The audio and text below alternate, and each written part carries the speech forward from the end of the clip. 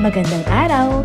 Sama-sama tayong matuto sa Teacher Sal Learning Resource Channel.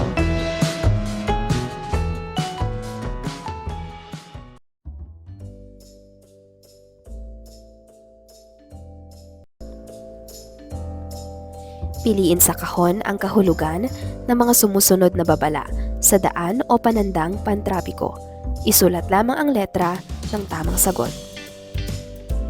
Para sa pagpipilian, A. Bawal pumasok. B. Bawal lumiko sa kanan. C. Bawal pumarada dito. D. Dito ang tamang tawiran. E. Tumigil. Narito ang mga tamang sagot.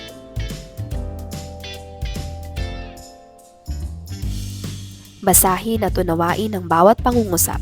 Kulayan ng bilog na nasa unahan ng bawat bilang ng berde kung ito ay nagpapahayag ng pagsasagawa ng sariling mga tungkulin sa batas trapiko at pula naman kung hindi.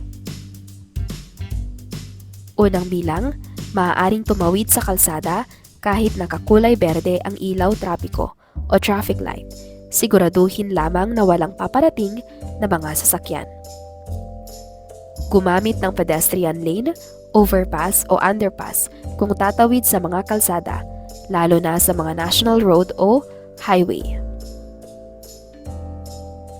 Ang pag-aaral sa mga babala o panandang pangtrapiko ay para lamang sa mga taong nagmamaneho o may mga pag-aaring sasakyan. Ang pagsunod sa batas trapiko ay pagpapakita ng pagmamahal sa kaayusan at kapayapaan sa komunidad.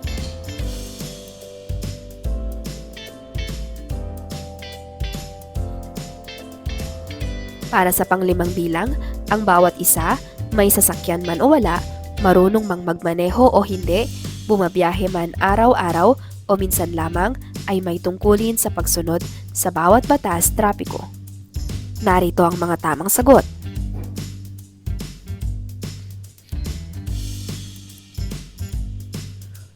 Punan ang graphic organizer. Isulat ang mga salita o pariralang iyong maiuugnay sa salitang pananampalataya. Ang pananampalataya ay isang konsepto na binubuo ng iba't ibang mga sangkap at dimensyon na nagtuturo sa kahulugan at kahalagahan ng espiritualidad sa buhay ng tao ayon kina Hood at Gorsuch 2020 sa kanilang aklat na The Psychology of Religion, an Empirical Approach. Ang pananampalataya ay nagbibigay sa atin ng lakas at pag-asa sa oras ng pangangailangan. Ito rin ang nagtuturo sa atin ng mga mabuting gawi at pagiging mabuti sa kapwa. Ang pananampalataya ay napakahalaga sa ating buhay. Ito ay tulad ng isang gabay na nagbibigay sa atin ng direksyon at lakas sa oras ng mga pagsubok at hamon. Kapag may pananampalataya tayo, mas madaling harapin ang mga problema at pagsubok. Naniniwala tayo na mayroong mas mataas na puwersa o Diyos na laging nasa ating tabi, nagbibigay sa atin ng pag-asa at lakas upang malampasan ang anumang pagsubok. Ang pananampalataya rin ay nagtuturo sa atin ng mga mabuting gawi at pagiging mabuti sa iba. Ito ay nagpapalakas sa ating pakikipagkapwa-tao, pagmamahal sa kapwa at pagtulong sa mga nangangailangan. Sa pamamagitan ng pananampalataya, natututunan din natin ang pasasalamat at pagpapahalaga sa mga biyaya at magagandang bagay sa ating buhay. Ito ay nagbibigay sa atin ng positibong pananaw at pag-asa sa kinabukasan. Isulat ang nawawalang letra upang mabuo ang hinahanap na salita. Gamiting gabay ang kahulugan ng bawat salita. Unang bilang, ito ay ang pagkakaroon ng tiwala, pag-asa at pagmamahal sa isang bagay, ideya o puwersa na hindi laging makikita o mahahawakan. Pangalawang bilang, ito ay sistema ng mga paniniwala, ritual at mga gawaing panrelihiyon na nakatuon sa isang espiritual na konsepto, Diyos o mga banal na bagay. Pangatlo, ito ang pangunahing relihiyon sa Pilipinas. Ito ang relihiyon ng mga kapatid nating Muslim. Panglima, ito ay ang gawain ng pagkakaroon ng malalim na pakikipag-usap at pakikipag-ugnayan sa kinikilalang lumikha. Narito ang mga tamang sagot: pananampalataya, relihiyon, Kristyanismo, Islam, at panalangin.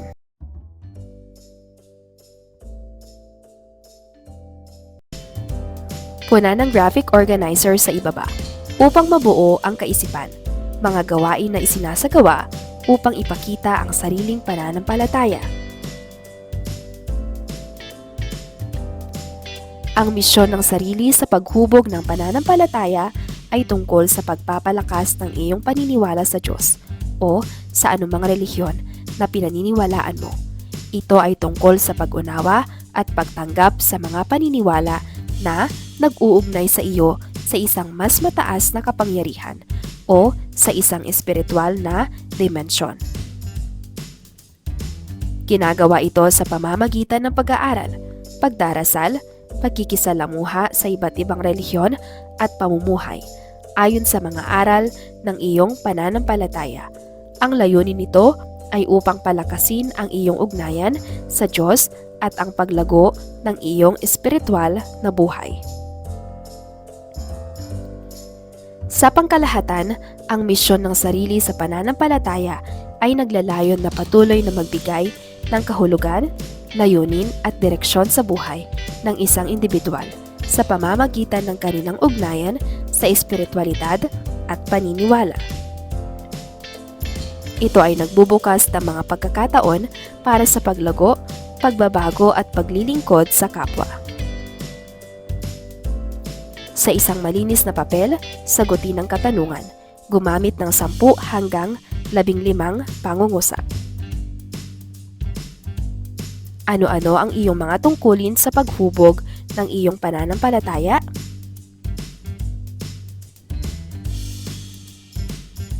Puna ng patlang ng wastong salita upang mabuo ang talata at maunawaan ang nais nitong iparating. Piliin ang wastong kasagutan sa kahon. Narito ang mga pagpipilian: pag-unawa, pagtanggap, layunin, misyon, nag-uugnay.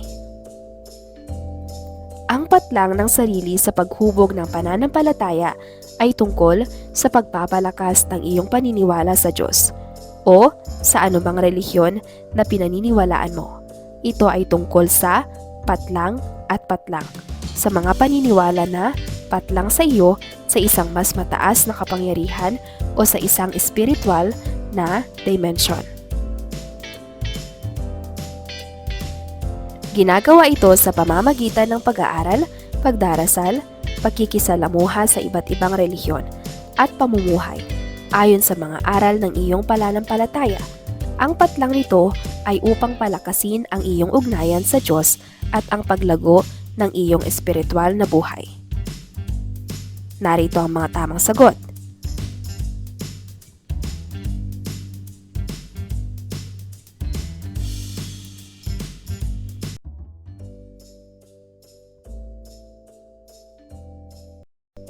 Matapos mong matutunan ang misyon ng sarili sa pananampalataya, ngayon naman ay mahalagang malaman mo ang mga magiging gabay mo upang higit na mahubog at mapatatag ang iyong pananampalataya at makatulong sa iyong mga pang-araw-araw na pagpapasya.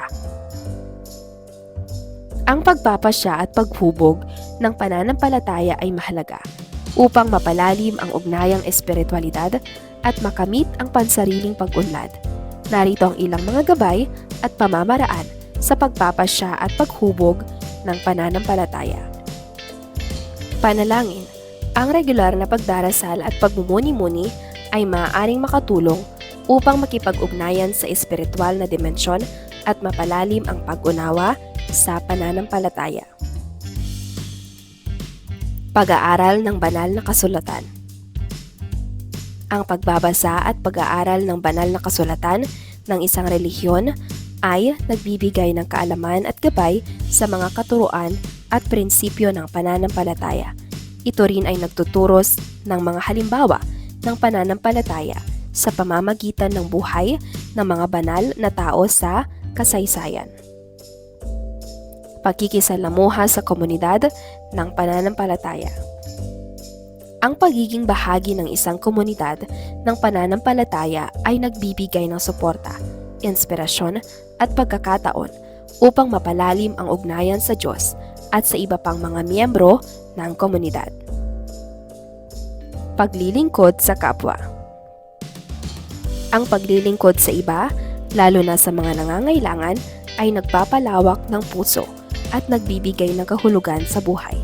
Ito ay isang paraan ng pagpapakita ng pag-ibig at pag-aalaga na nagpapalakas sa pananampalataya. Pakikilahok sa mga gawaing panrelihiyon.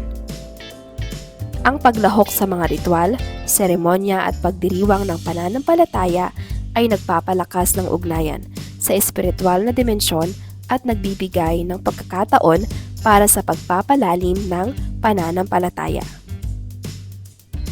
Sa pamamagitan ng mga gawain na ito, ang bawat individual ay maaaring matulungan at magabayan sa kanyang paglalakbay sa sariling pananampalataya. Sa pamamagitan nito, magiging bukas ang isipan at puso sa pagtanggap ng mga bagong kaalaman at karanasan na magdudulot ng mga pansariling pag-unlad at paglago. Gumawa ng isang poster na magpapakita ng iyong mga nagiging gabay sa paghubog ng sariling pananampalataya. Gamiting gabay ang rubrics. Halimbawa, pamilya. Sagutan ng organizer.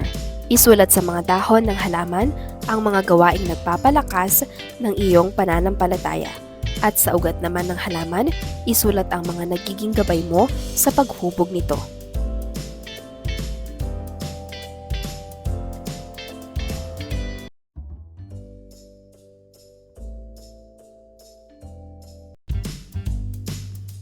Ang pananaw na tayo ay nilikha ng Diyos at tayo ay pinahahalagahan at minamahal niya ay nagbibigay sa atin ng kahulugan at dignidad. Ito ay nagpapalakas sa ating pagmamahal sa sarili at sa ating ugnayan sa Diyos bilang ating lumikha. Ang pag-unawa at pagtanggap sa pagmamahal ng Diyos sa atin ay nagbibigay ng kagalakan at kasiyahan sa ating mga puso.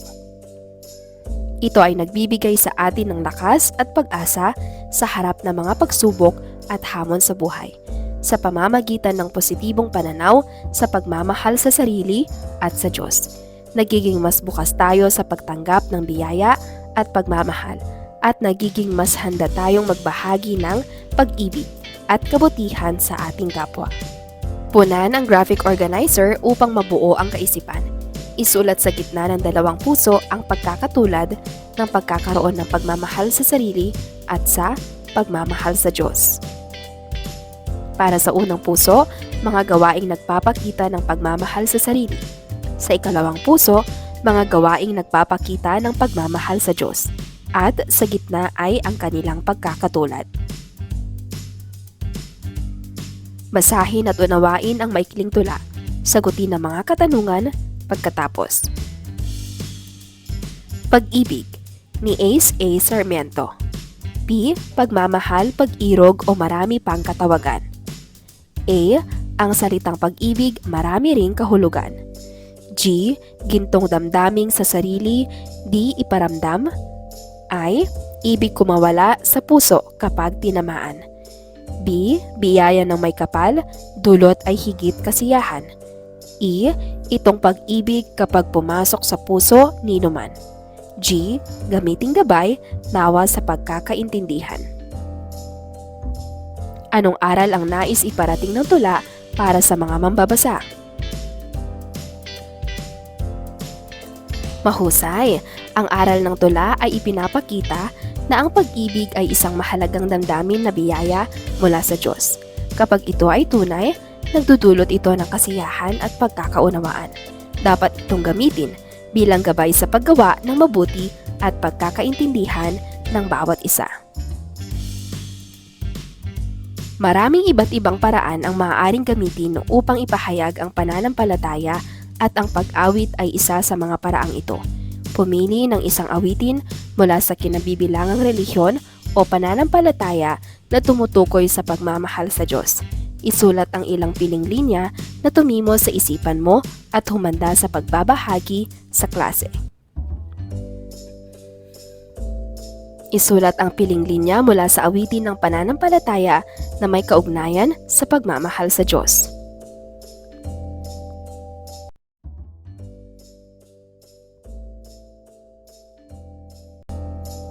Ang pananampalataya ay may malaking bahagi sa paghubog ng mabuting asal at pagtukoy sa tama at mali.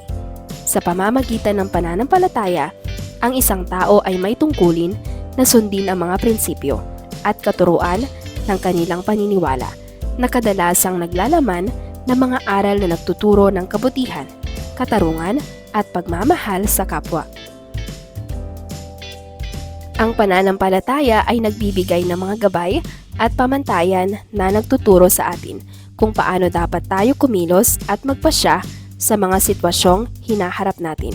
Ito ay nagtuturo sa atin na maging tapat, marangal at makatarungan sa ating mga gawain at desisyon. Sa pamamagitan ng pananampalataya, natututunan natin ang paggalang sa iba, pagtulong sa mga nangangailangan, at pagkilala sa ating mga responsibilidad bilang mga miyembro ng lipunan. Bukod dito, ang pananampalataya ay nagbibigay din sa atin ng pagkakataon na kumilos ng tama sa kabila ng mga pagsubok at hamon na ating kinakaharap. Sa paniniwala na mayroong higit pang makapangyarihan na nagpapanatili ng kaayusan sa mundo, nagkakaroon tayo ng lakas at pag-asa na harapin ang anumang pagsubok na dumating sa ating buhay. Sa kabuuan, ang pananampalataya ay isang pundasyon ng mabuting asal at pagkakaroon ng wastong pag-unawa sa pagitan ng tama at mali. Ito ay nagbibigay sa atin ng gabay, lakas at inspirasyon upang maging mabuti at makatarungan na mga individual sa ating lipunan.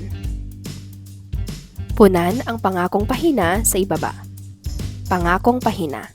Ako si Patlang ay nangangakong isa sa buhay ang aking misyon at mga tungkulin sa pananampalataya.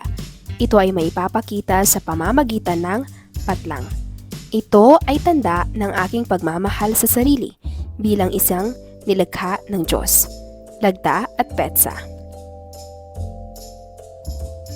Para sa inyong pagsusulit, basahin at suriin ang bawat pahayag. Isulat ang T sa patlang bago ang bawat bilang kung wasto ang isinasaad nito at M naman kung ito ay mali. Ang pagpapalalim ng ugnayan sa Diyos ay maaaring gawin sa pamamagitan ng panalangin at pagdarasal. Ang paglilingkod sa kapwa ay hindi makakatulong sa pag-unlad ng pananampalataya. Ang pagtanggap sa pag-ibig ng Diyos ay maaaring magdulot ng kagalakan at pag-asa. Ang pagtanggap sa sarili at sa pagmamahal ng Diyos ay nagbibigay ng lakas at pag-asa sa harap ng mga pagsubok sa buhay. Ang pagiging matapat at marangal ay hindi bahagi ng misyon ng sarili sa paghubog ng pananampalataya. Ang pag-aaral ng banal na kasulatan ay nagbibigay ng kaalaman at gabay sa mga prinsipyo at katarungan ng pananampalataya. Hindi mahalaga ang pakikisalamuha sa komunidad ng pananampalataya sa pagpapalalim ng ugnayan sa espiritual na dimensyon. Ang pangunahing layunin ng pananampalataya ay upang makamit ang personal na kapakanan lamang. Ang pagmamahal at pangangalaga sa sarili bilang isang nilikha ay pagpapakita din ng pagmamahal sa Diyos. Ang pananampalataya ay nagtuturo sa atin ng mga halaga tulad ng pagmamahal, katarungan at pagbibigay. Narito ang mga tamang sagot.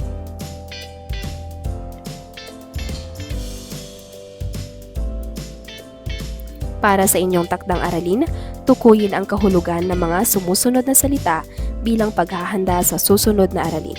Maaaring gumamit ng diksyonaryo at iba pang mapagkukunan. Biblia, Quran, Vedas, Tipitaka, at Tanakh.